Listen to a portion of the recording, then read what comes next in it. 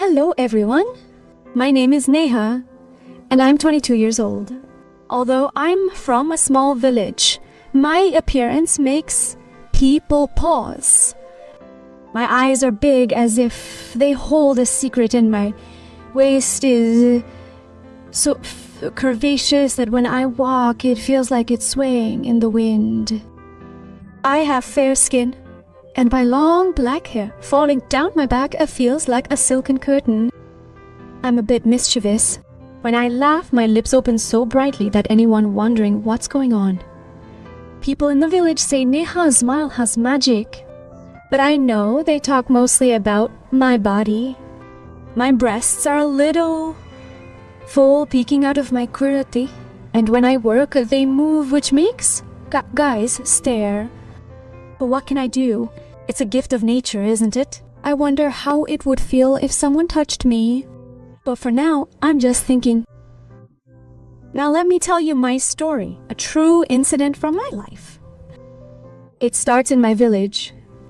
Our village is small, called Haripur. The houses here aren't large, but the people are kind. I'm my parents' only daughter. My father works as a farmer, and my mother takes care of the house. I go to college by bus in a nearby town. Every morning I wake up, shower, and get ready. While I shower, I look at myself in the mirror. The water droplets on my body feel like pearls scattered across my body. I wonder what would happen if a boy saw me like this, but there's no one like that at home. Well, one day I was returning from college. The bus was crowded, but I was sitting on the window seat. Suddenly the bus stopped and a boy got on. His name was Vikram. He was from our village, but worked in the city. Vikram was tall and broad, his muscles bulging, almost bursting out of his shirt.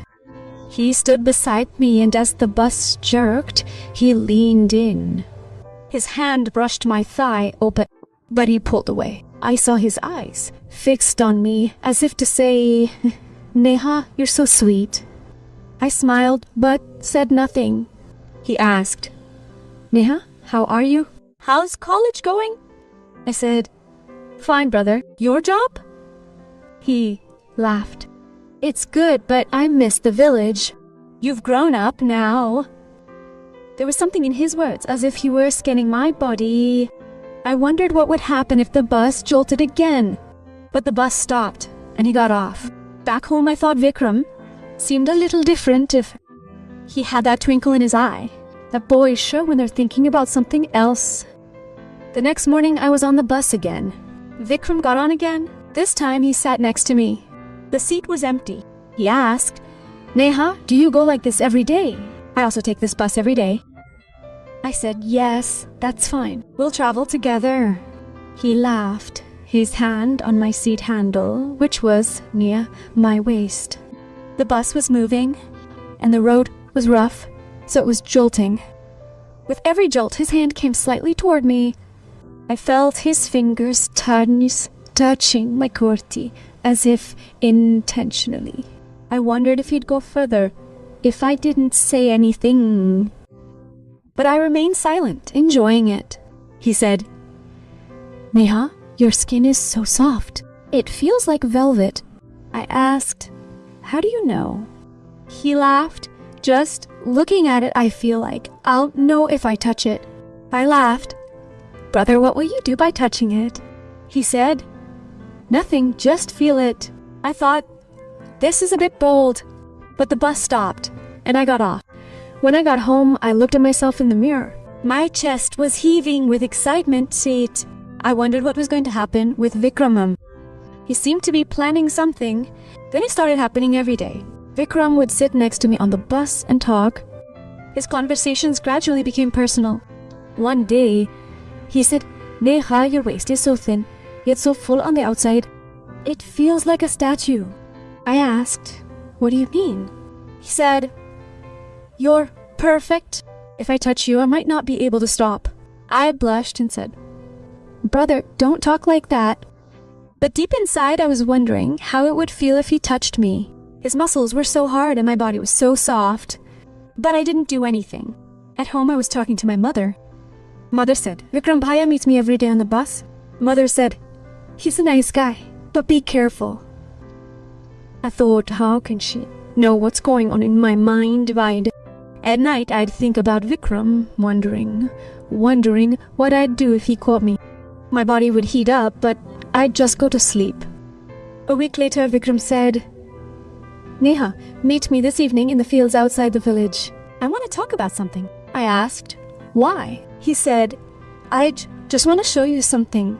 I was wondering what he'd show me. Maybe something special. I said yes. That evening, I left the house. I told my mother I was going to a friend's house. When we reached the fields, Vikram was waiting. He said, come on, let's go inside. There was a small hut in the field where farmers rest. We went inside. He said, Neha, I like you. I said, brother, I do too. He came closer. His breath felt on my face. I wondered if he would touch me next. Would he grab my waist or go further? His eyes were on my chest as if he was saying, I want to squeeze them. I was trembling a little, but also excited. He said, Neha, your body is so hot. It feels like it's on fire. I asked, how do you know? He said, if I touch you, I'll know. His hand moved towards my waist, but suddenly I heard a voice from outside. Someone, Vikram, had come. It was his friend. We separated. I came home, but I was still wondering what would happen next time. We'd meet again the next evening. This time, there was no one in the hut. Vikram closed the door. He said, Neha, no one will disturb you today. I said, what will you do? He laughed. Whatever you want. He came closer, his hand on my shoulder. I felt his fingers slowly slide down. My breathing quickened. I was thinking, now he'll touch my chest, squeeze it, and then what? But I said, brother, wait. He said, why? I'm scared. I said, no, but this isn't right. He said, just feel it a little. Your body is so soft. My hands are hard. His words suggested something big was about to happen. He pressed me against the wall. His body pressed against mine. I could feel his warmth. But suddenly I remembered that my mother would be waiting at home. I pushed him away. Oh no, brother, I'm leaving, I said, and ran. When I got home, I lay on the bed. My body was still hot. I wondered if I could resist it next time. Days passed slowly. I talked to Vikram every day, on the bus, in the fields. One day he said, Neha, your thighs are so thick, it feels like a pillow. I could fall asleep if I put my head on them. I smiled and said, brother, you too, right? But deep inside I was wondering what would happen if he showed interest. Would he go further? Our visits increased. One day he took me to the pond behind the village. There was water, but no one was there. He said, Neha, get in the water. I said, no, your clothes will get wet. He said, so should I take them off? His words suggested he wanted to see me. I blushed, but he put his feet in the water a little. He started touching my feet. They were so soft, should I touch them all the way to the top? I said no, but he kept laughing. I was thinking if I said yes, he would touch my thighs, squeeze them, and then what? The suspense grew. Then one day, Vikram said, Neha, meet me tonight. No one's at my house. I wondered if he was serious. At home. What was it? I said yes, curious. I went secretly at night. His house was small but clean inside. He said, come sit. I sat on the bed, and he came over to me and dimmed the lights. He placed his hand on my waist. I was trembling. He said, today I'll show you how much fun it is. He laid me down, his body on top of mine. I could feel his strength. His fingers went for the buttons of my kurti ote. I thought he would unbutton it. Now, he would see my breasts, touch them, and then everything else. But suddenly there was a knock on the door. His mother had suddenly arrived. I ran out the back door. I cried when I got home, but I was also excited.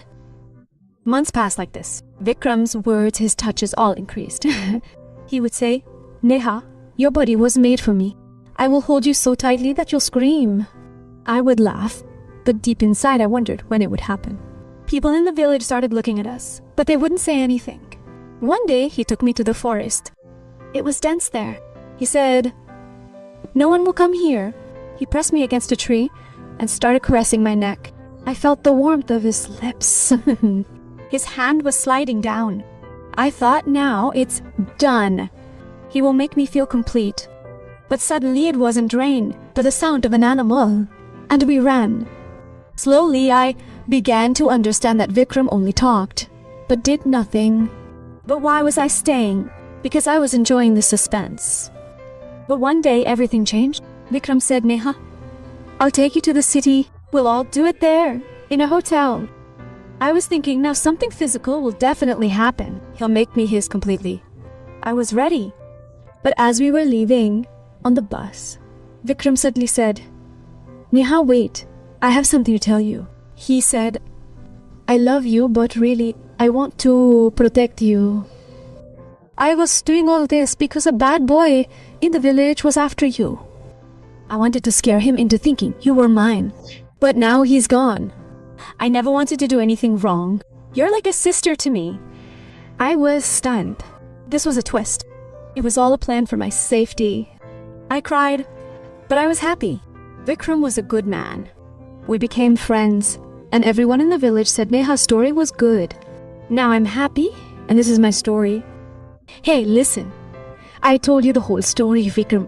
Vikram Bhaiya's touch on the bus, the hut in the fields, making her lie down at home at night, kissing her, trying to open the buttons. All of that was true, but only half-truths. Actually, Vikram Bhaiya wasn't my real brother, but Mom and Dad always told me he was a distant relative. The villagers knew that too. But one day, on the very day we were about to run away to the city, we were standing at the bus stop to make things happen. I checked his phone. It was unlocked. A message was open, addressed to a girl. "Baby, I'm taking Neha to a hotel tonight. Her virginity will be broken today. I've mixed the medicine you gave her with water. She won't understand anything. Then you come too. We'll all three have fun together. I'll even make a video. Later, we'll blackmail her and extort money. This village girl will be ours forever." I read the phone, and my breath stopped. I quietly put his phone in my pocket and said, "Brother, I need to pee." 2 minutes? He laughed and said, "Come quickly, the bus is about to arrive." I headed for the restroom but went straight outside the bus stand. There was a police station there. I went inside and told the constable everything. I even showed him my phone. The police immediately apprehended Vikram. He was handcuffed before I could even board the bus. When the police interrogated Vikram, they discovered he wasn't my brother. Or anything. In fact, I wasn't born to him. I was kidnapped at the age of 5. My biological parents were wealthy city dwellers. When they couldn't pay the ransom, I was sold to the village. Vikram's family raised me and told everyone I was the daughter of a distant relative. When Vikram learned that my biological family was still searching for me and that the police had found a DNA match, he hatched a plan to kidnap me, rape me, film me, and blackmail me so he could extort crores from my biological parents. And all that lovemaking, "I'll touch you today" talk was all just an act. He considered me property, not his sister. Now Vikram is in jail. He's been sentenced to life imprisonment, and I'm with my real parents. I have a big house and cars, but I'm still Neha from that village. Now, no one dares to touch me, calling me brother. So those who thought something was going to happen in the story, yes, it did. But with Vikram, in jail. Everyone else will like this story, because in the end, the truth, and I won. That's it. The whole story is over. Oh, yes, I forgot. So listen up, everyone. If you liked this story, if your heart skipped a beat, if you ever felt like something was going to happen, and then the twist at the end shook you, then just do one small thing, friend. My channel is Geeta Key Stories. Search it on YouTube. Type Geeta Key Stories and the red and yellow photo will appear. Subscribe quickly. Press the bell so you'll be the first to see new stories. Like this video. Share this with all your terrified friends because the next story is even more dangerous, longer, and with even bigger twists. See you in the next one. Until then, take care of yourself and, yes, don't trust anyone's brotherly love. Well, you subscribed, right? Love you. Bye.